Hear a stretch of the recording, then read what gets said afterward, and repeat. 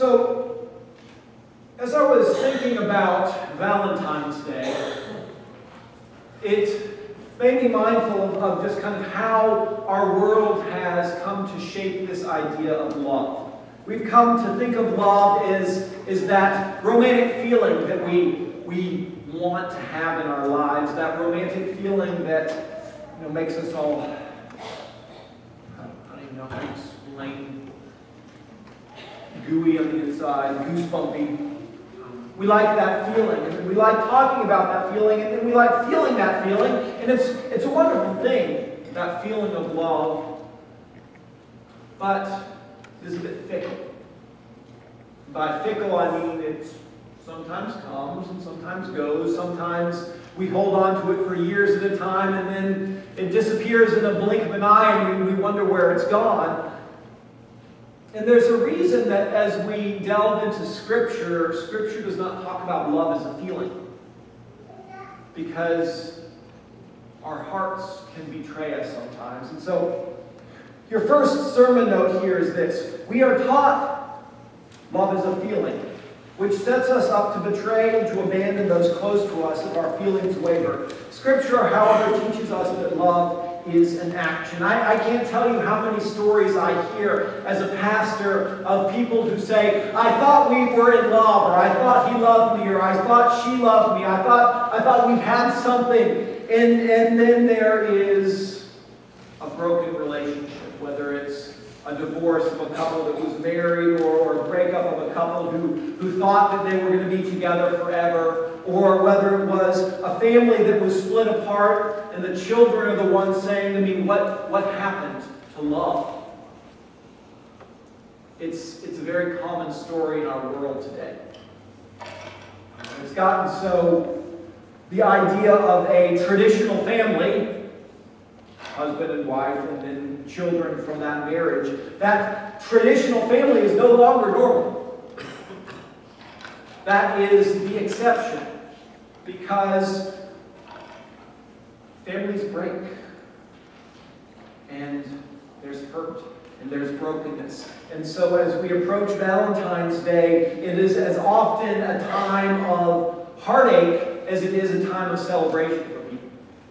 Whether it's folks wishing they were in a relationship they're not, whether it's folks grieving relationships that they were in, whether it's children who are wishing their families were whole again, but they're not. That is the reality of the world we are in today. And part of that is rooted in this idea that love is just a feeling. Now, our goal today is not to fix what has been broken. Our goal today is to say, how is it that as we have this time where love is such a central thing in our society, how do we truly love? How do we show people who have been hurt and broken by love what love really is? And how do we receive that ourselves? Because if we're honest, most of us have hearts that have been broken. Maybe they are broken right now. These were the words we shared earlier. Dear children, let us not merely say that we love each other. Let us show the truth by our actions. Our actions will show that we belong to the truth. That refrain that we shared, God is love, and those who live in love live in God. So what is love? It's a word we like. We throw it around a lot, but we don't often stop to figure out what it means. This is your second sermon. We've kind of already covered this. The promotion of Valentine's Day and the exaltation of romance hides the reality that more and more people have been hurt by broken promises of love. That is the reality that we struggle through, many of us.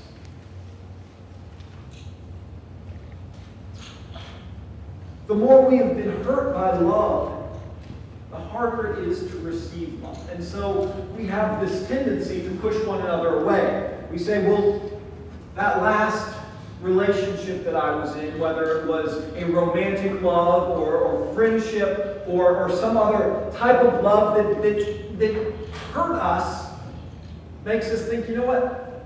I'm I'm not sure I really want to do this whole relationship thing.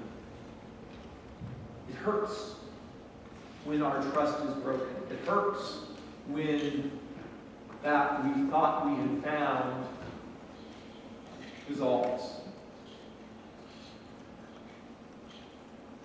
And so as we go into this world as people who are trying to love, we are going to find that there is a lot of resistance. People have a hard time receiving love.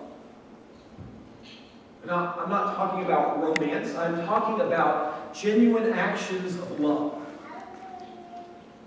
Caring. People think, oh, well, they did something nice for me, I need to pay them back. Or people think, well, I can't accept something from you because then I'm in your debt. Receiving love is a challenge. And giving love, when people don't always know how to receive it, is a challenge as well. And so that's the task that we're set up for as those who seek to follow after Jesus Christ. So, I want to look at 1 Corinthians chapter 13 today because it paints a picture of love. And if we are to truly love others, this is how we need to do it. And if we are being loved, this is what it should look like. And I want you to understand this from both sides because I see enough relationships where one person is really loving the other person. They say, well, he loves me or she loves me, but then you look at the relationship and you say, well, that's not love. This is what love is. And this is our wedding verse. We often think of it. This is a passage that we often read at weddings. But it is equally applicable to every portion of our lives because Jesus invited us to love all people around us. And we're trying to live this out. So let's read this from 1 Corinthians 13. Love is patient. Already got y'all, right? We just stop there. Love is patient and kind. Love is not jealous or boastful or proud or rude. It does not demand its own way. Love is not irritable. It keeps no record of being wronged. Love does not rejoice about injustice, but it rejoices whenever the truth wins out. Love never gives up. It never loses faith. It is always hopeful. It endures through every circumstance. Prophecy and speaking in unknown languages and special knowledge will become useless, but love lasts forever. Three things last forever: faith, hope, and love. And the greatest of these is love.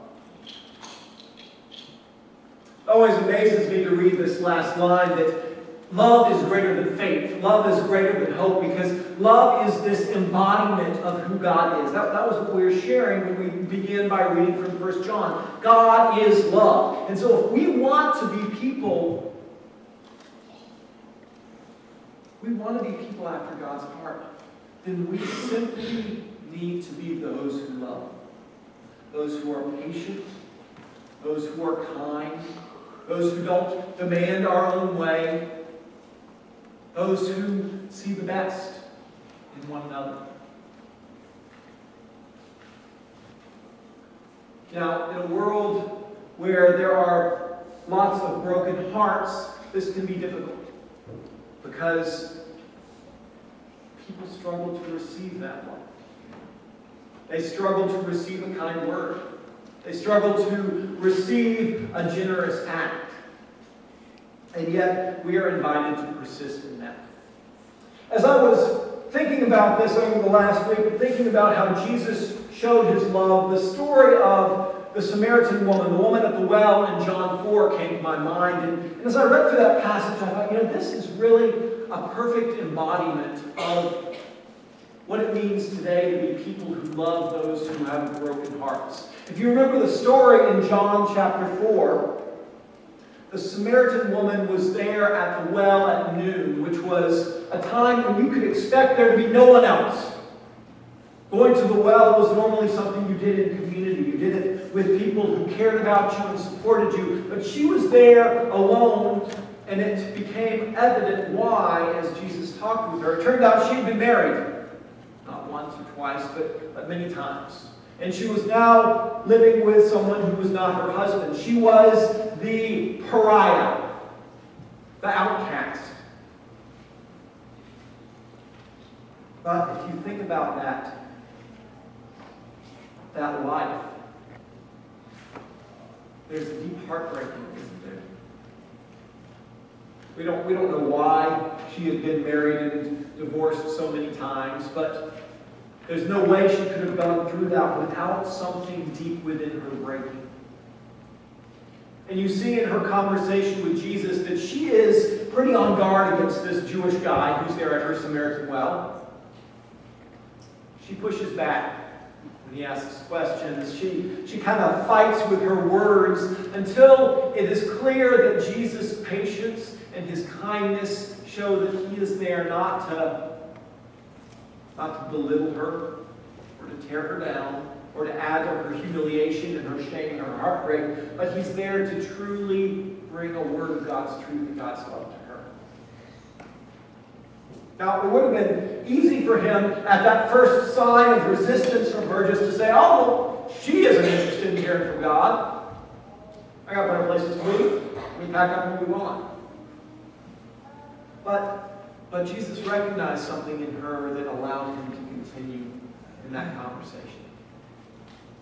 And allowed him to show the patience and kindness of love that not only allowed her to be in relationship with Jesus, but actually restored her to relationship with the whole community there. Because she became the one who brought the good news that the Messiah had come. She became the one who introduced Jesus to the community, and the community came to faith. And it's this incredible scene of people turning to Jesus because Jesus was able to help someone move through heartbreak by showing them true care, true compassion, true kindness. There's nothing romantic about that kind of love, but it is the foundation on which every relationship, whether it's romantic or not, needs to lie. So here's your sermon note. The Samaritan woman was experienced in heartbreak. How many folks who were experienced in heartbreak?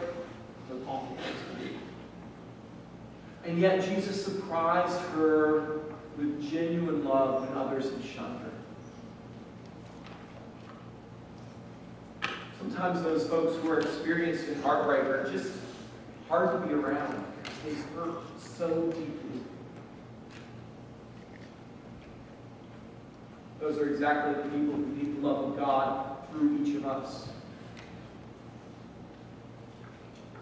This is Psalm 34, verse 18. It's a great, great psalm. I encourage you to read the whole thing when you have a chance. The Lord is close to the brokenhearted. God rescues those whose spirits are crushed. Society tends to ostracize the brokenhearted. We tend to turn our backs on them. It's just what we do. We like winners. We like people who are successful. We like people who are smiling and happy. And those are the people we tend to gravitate towards. The people who are brokenhearted, go talk to somebody else now. But that is not God's attitude, and that is not the attitude that God calls us to as those who follow Jesus Christ. The Lord is close to the brokenhearted. God rescues those whose spirits are crushed. Do you know anybody who that describes? Their spirit is crushed. God wants to rescue them. And God may very well want to use you to do that, because that's kind of how our God works. Your final sermon note is this. As children of God, we need to know, first of all, that we always have God's love. In places where we have been broken in our hearts, we need to be reminded that we always have God's love. Jesus understood that people would betray him. He understood that he would be hurt by those around him. But that didn't stop him from loving. It didn't stop him from giving himself in that deep, self-emptying love on the cross. The flip side of us knowing that we always have God's love is that we need to redefine love for those around us by acting out of love, not just feeling love. Don't just tell somebody I love you. Show it to them. May they know it because of how you act around them.